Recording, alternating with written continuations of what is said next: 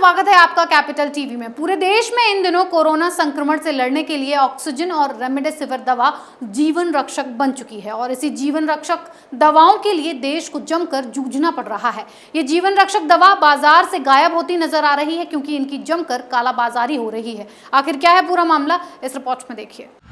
Corona की दूसरी लहर भारत में सुनामी रूप धारण कर चुकी है और अगर हालात ऐसे ही चलते रहे तो ऐसा लग रहा है कि अगले कुछ महीनों के अंदर मौतों का कुल आंकड़ा लाखों में पहुंच सकता है।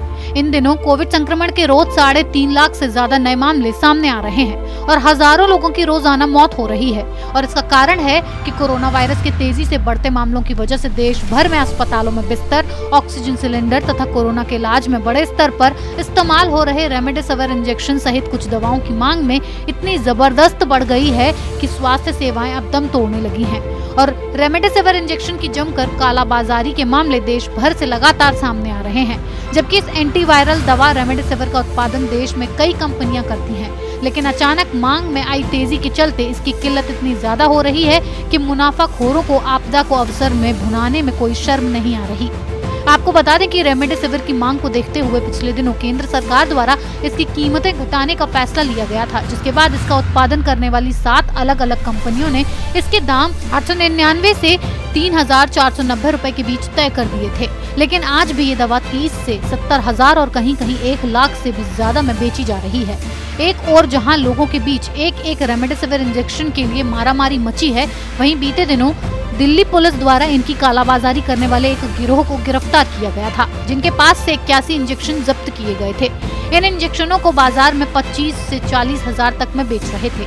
ऐसा ही एक और मामला दिल्ली राजधानी से सामने आया है। दिल्ली निवासी आशीष पोद्दार के पिता राजेश पोद्दार बीते दिनों कोरोना से संक्रमित हो गए थे। आशीष ने अपने पिता के बेहतर इलाज के लिए अपने पिता को निजी अस्पताल में भर्ती कराया, लेकिन अस्पताल में वहां के प्रबंधन ने इन दवाओं की किल्लत बताकर हाथ खड़े कर दिए और आशीष से बिचौलिए ने इस दवा की कीमत $1,000 की थी। आशीष ने अपने पिता के इलाज के लिए 75,000 रुपए तो चुका दिए, लेकिन घंटों गुजर जाने के बाद भी उसे दवा उपलब्ध नहीं हुई और उसके पिता ने दम तोड़ दिया। इस संकट से गुजरने वाले सिर्फ आशीष ही नहीं बल्कि हर रोज हजारों लोग मरीज की जिंदगी बचाने के लिए बिचौलियों से दवा खरीदते हैं और मुंह मांगी कीमत अदा करने को तैयार हैं।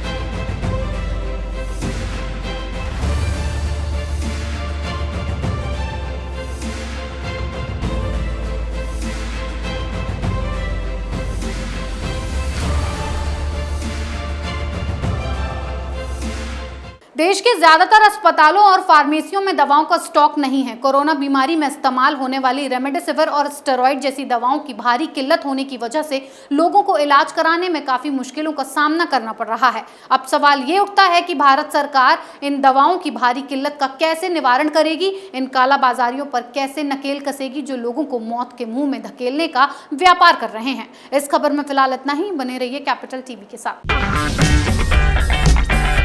अगर आपको हमारा वीडियो पसंद आया हो तो इसे लाइक करें, हमारे चैनल को सब्सक्राइब करें और हाँ, बेल आइकन दबाना ना भूलें ताकि आप तक हमारे वीडियो की नोटिफिकेशन पहुंचती रहे। आप अपना सुझाव हमें कमेंट बॉक्स में दे सकते हैं। हमारे साथ जुड़ने के लिए शुक्रिया।